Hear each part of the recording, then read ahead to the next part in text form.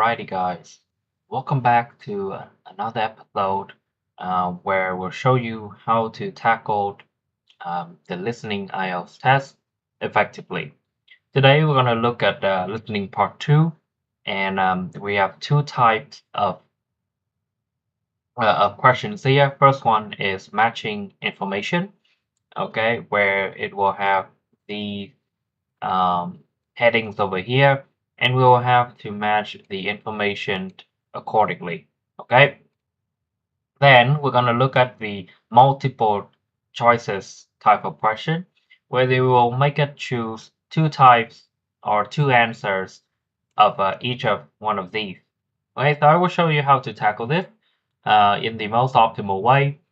And because this listening is very little concerned about the technique involved, very little technique involved into doing this effectively. The most important thing for you to improve your band score in listening is basically you need to know the correct pronunciation of words. The better you are at differentiating different types of words in the audio, the greater your chance will be to get the right answer. All right, because if you are unable to understand what is the audio or the speaker is talking about because you are not familiar with how the word is pronounced, you're gonna have a hard time getting the right answer. Okay, so the most sustainable way I would suggest you guys to do is to listen to and expand your vocabulary range in formal settings, like through online dictionaries, through movies, through basically where you can hear a lot of native speakers talking or using different range of words. And of course, you should note down, practice speaking it the correct way and listening to it by native speaker, and that's how you can improve. Okay, so about the listening technique, there's not much to it, but whenever I approach the matching information type of question like here, I will always make sure to spend more time reading the information over here because the audio will always go through these names or these location over here one at a time, and they will say it very clearly. They will say first the sheep followed, and then second we have the brown mare, and then third we have the Doris. It will really be clear. Okay, so you don't have to worry too much about these names and headings over here. What you would like to pay more attention to is the information over here because many tests, it will not be as simple as this. It could be much longer pieces of information. So spend more time over here, okay? So I can see they talk about farming life in the past, natural reserve, old ruins, newly born deer, birds, waterfalls, wildflowers, hills, canoes, right? So when I talk about like pronunciation beforehand, I think a lot of you guys gonna have a little bit of trouble pronouncing this word. For example, like old ruins, right? Maybe you thinking to yourself it may be pronounced ruin, right? And then in the audio it's a ruin, and you can't really catch it, and that's why you miss the answer. Okay, you really need to know how these words are pronounced. So I would suggest you guys head on to maybe Cambridge Dictionary, search up these words, listen to the audio file, and then do the test. Okay, it will be way more beneficial than just blindly uh, finishing as much test as possible. Okay, it won't help because in listening, not a lot of technique. There's not a lot of technique involved in listening. It's all about your understanding of the words pronunciation. Okay. And or maybe here it's pronounced canoes.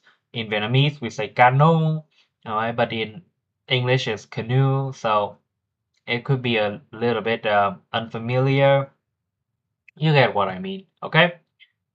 So all right, so let's listen.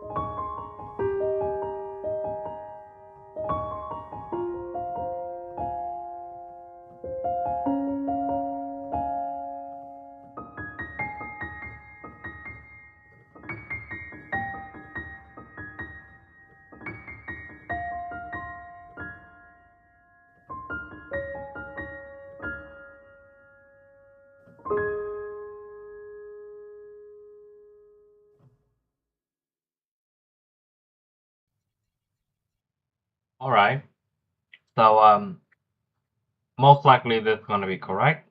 Let's check the answer, shall we? All right, we got everything right. So let's see the answer here in a bit more detailed. So here about sheepfold, it was quite I was quite uncertain for a little bit because it mentioned about one thing you could do is climbing to the top of the mountains. So in my mind, mountain is very tall and hill is like it's much lower compared to a mountain. So I'm quite unsure whether it would be healed, but when I heard that it's going to be moving on, oh, well, you could face the beautiful scenery along the mountain road, and you can look at the close coastline and enjoy a stunning view. It doesn't fit any of the other information here, so hill should be the only correct answer. Next one, in brown mare, what can you do in brown mare? In here, you will get a chance to walk for hours in the peaceful green surrounding along a wide variety of tracks. And I think you will be struck by the beautiful roses in Mother Nature, right? So yeah, the thing, most exciting thing here is the roses. So it will be the white flowers. Next one, indoors. Right, in Dorit, there were several old barns, but they have been converted into a special section where animals and plants are protected. Right? So yeah, barns. If you want to know, barn is like the farmhouse, okay? But they have been converted into a place where animals and plants are protected. So yeah, it's a natural reserve, a place where nature is protected. Next one, large estate.